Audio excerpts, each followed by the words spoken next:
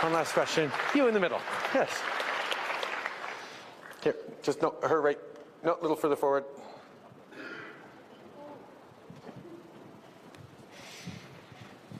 Assalamu alaikum and good evening, Mr. Prime Minister. Alaikum salam. And respectable ladies and gentlemen.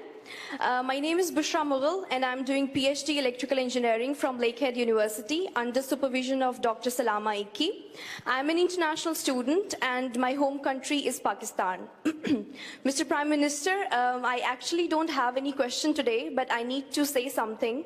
And I would like to thank you very much for your truly kind words, support and gesture of love and acceptance and respect towards all the Muslims around the world after New Zealand massacre.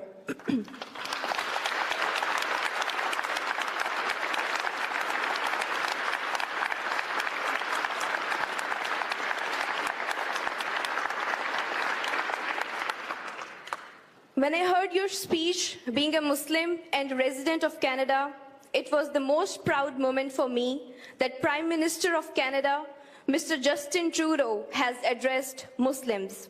Undoubtedly, your words matter, they affect and they impact.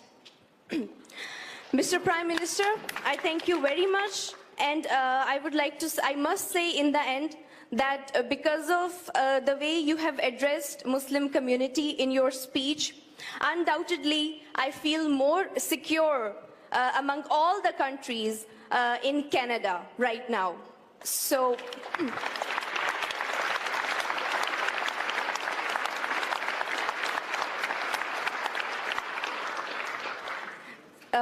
thank you very much, and I think this is the, I'm feeling extremely thankful that I have got this chance of saying this to you. And I think I would have never said this, otherwise I would have never thanked you like this, in this way. And my father, he is retired wing commander of Pakistan Air Force. And he has said me that I should deliver this message to you in behalf of him and our whole family and obviously whole Muslim community. Thank you very much. Thank you.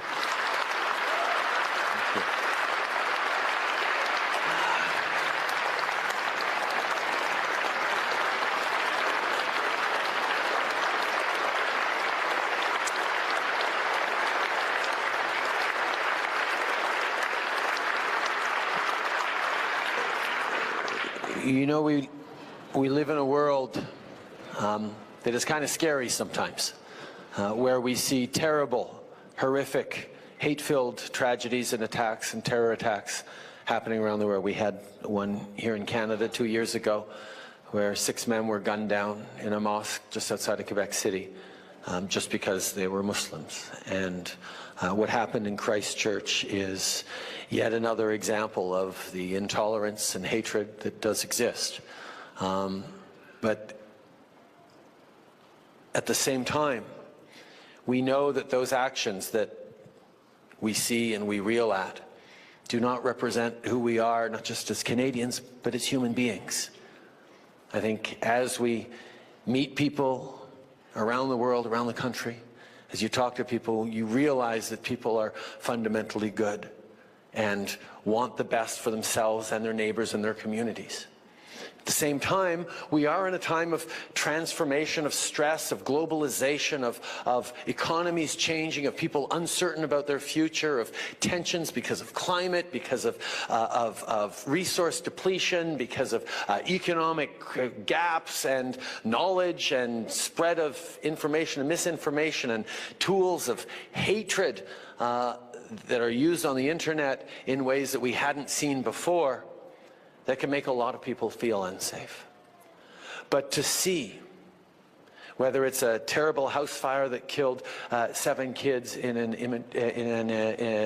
immigrant kids in Halifax a few months ago, or a terrible terrorist attack, or whatever tragedies hit different communities, to see the communities come together and be there for each other and learn to lean on each other and to support each other.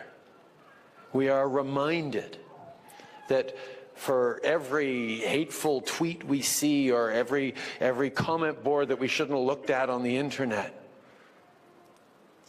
Canadians and people all around the world want to live in a better, peaceful, more respectful, more open world.